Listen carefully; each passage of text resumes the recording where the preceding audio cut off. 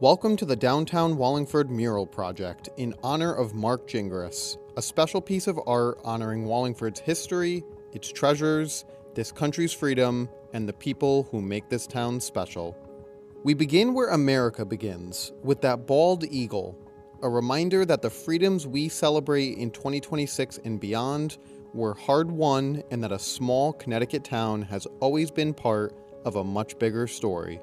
Right beside it, the Masonic emblem, a nod to the Freemasons, whose quiet handiwork has helped shape Wallingford's civic life for generations. A little further, the Nehemiah Royce House, built in 1672, the oldest home in town, older than the United States itself by more than a century, and still standing on North Main Street today. Next to this stands Mark Gingras, who's pictured raising the American flag in front of Wallingford Town Hall. We'll come back to Mark soon. Next in the mural is Lyman Hall's signing of the Declaration of Independence. Lyman Hall was born right here in Wallingford in 1724, one of just 56 men to sign our country's founding document. So when you walk up and down Main Street, you're walking where a founding father once walked. Up the hill, the chapel at Choate Rosemary Hall stands, where generations of Wallingford notables have tied the knot beneath its stained glass. Choate has been an integral part of Wallingford's community since 1890. Now look at that stone bridge in the Yalesville section of town. That skew arch is believed to be the first skew underpass in America, and legend has it young Babe Ruth famously crashed his car inside its tunnel.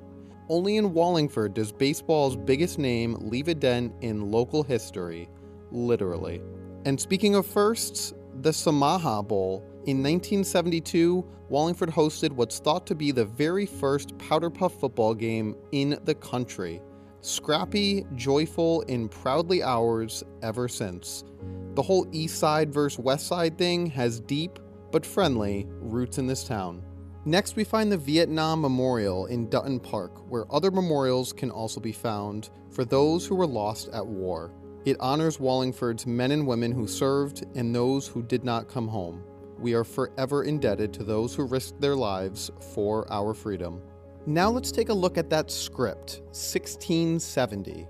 This marks where it all began, the year Wallingford was officially incorporated. Back in 1667, 38 planters and freemen set out to establish a village along the Quinnipiac River. By 1670, that village had grown to approximately 126 people. Permanent homes were beginning to rise, and just like that, the village had become the town of Wallingford. And at the very end of the wall, we see Lady Liberty's torch burning bright. It's a reminder that freedom isn't just something we hold close for ourselves, but something we keep open for others.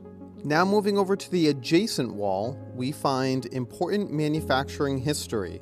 That flash of steel is Olbrich, family-owned and Wallingford-rooted since 1924, and now serving customers around the world. But the heart of the operation has never left town, and their generosity to town certainly doesn't go unnoticed. We then find the Oakdale Theater. Before it was an indoor concert hall, it was a true theater in the round, believed to have been the only one of its kind ever staged under a tent. As patrons like to say, there wasn't a bad seat in the house. It started as a seasonal 1,400-seat open-air venue, evolved into a permanent dome structure in 1972, and in 1996 was transformed into the entertainment venue we know today. You'll also then spot the Rotary Wheel, a nod to the Wallingford Rotary Club, and where Mark Gingras served as a proud president and later presented the highest honor that can be bestowed upon a member, the Paul Harris Fellowship, giving his time the way Rotarians do. Quietly, consistently, and for others. Then, that gleam of silver flatware, a tribute to the industry that earned Wallingford its notable impact on the manufacturing industries dating back to the 1800s. Every spoon stamped here gave our town a seat at the family table. And then to that cow, who represents Wallingford's dairy and farming roots, the pastures that fed this town long before any factory did. One of this town's continued treasures is its beautiful farmlands that still hold their true and natural selves today. And carrying that torch today, and represented in the mural by that old-fashioned pickup truck, is Billy Beaumont, who has been entertaining folks from near and far at his historic family-run farm on East Center Street with his large-scale, whimsical, seasonal displays. His community spirit is the epitome of what makes our town such a great place to live. Now look at those beautiful orchids. Did you know that the Jeremiah family has been operating for 3 generations and for over 100 years right here on Barnes Road in Wallingford? Along with a large variety of vegetables, herbs, and annuals, Jeremiah Farms is one of the largest orchid growers in all of New England. Just spectacular. Now, lean in closely. Hidden in this mural, you'll find a Liberty Bank torch, a pair of socks, a necktie, a basketball, and yes, a pair of Mickey Mouse ears, one on each wall. These are little love notes from the artist himself, Ryan Christenson, better known as Arcy, who is a proud Sheehan graduate. So squint a little and see how many you can find. This project came to fruition due to Liberty Bank's generosity, along with a harmonious collaboration with the Wallingford Arts and Cultural Alliance. And finally, Mark. This entire vision began with Mark Gingras, who believed Wallingford's downtown deserved beauty you could walk through, history you could point to, and art that you could share.